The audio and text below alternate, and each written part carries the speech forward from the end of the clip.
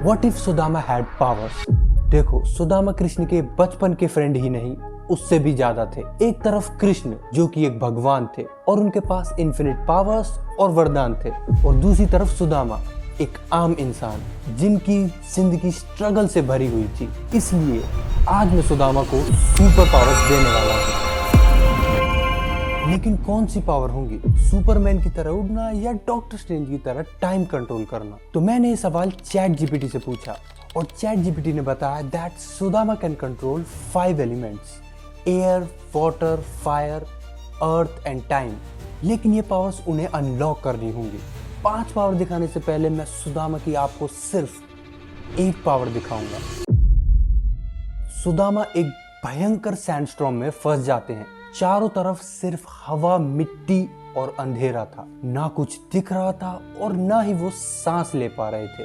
वो अंदर से काफी दुखी थे और तभी उसी मुसीबत से निकलने के लिए वो अपनी डंडी को जमीन पर जोर से मारते हैं और तुरंत मिट्टी के बीच से एक रास्ता खुल जाता है।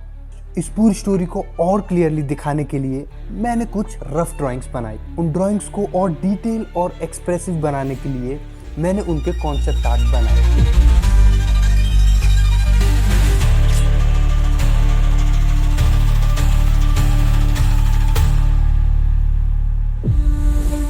एक धोती, एक सफेद कपड़ा और एक लाठी, और सबसे इंपॉर्टेंट चीज उनके बाल। वो तो गंजे हैं, लेकिन मैं तो नहीं हूं। 1 मिनट था।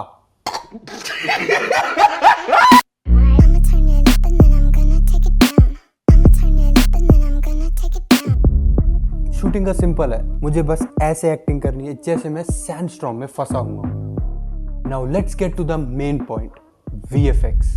तो मुझे क्रिएट करने होंगे 3D hair, 3D cloth, tilak, ice glowing effect और सबसे डिफिकल्ट सैंड इफेक्ट, जो कि मुझे 3D में बनाना है। So let's start with 3D hair. मैंने अपने हेड को ट्रैक किया, उसके बाद मैंने उनकी चोटी बनाई, फिर मैंने विंड ऐड की and the here is done. Now let's create 3D cloth.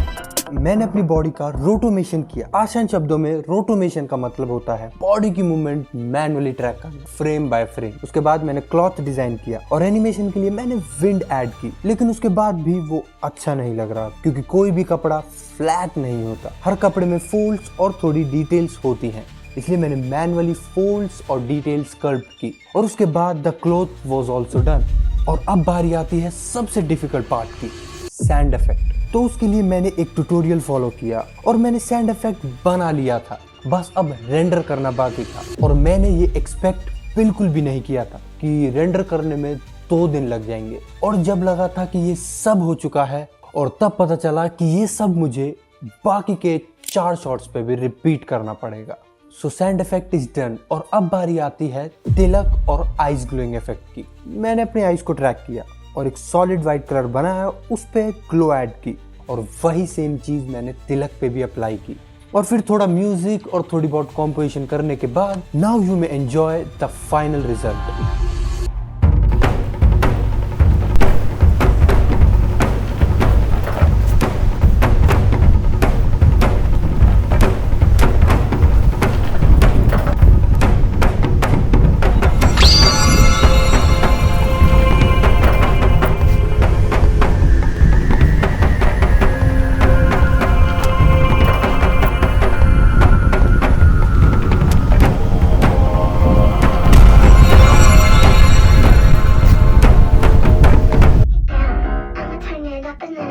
Take it down.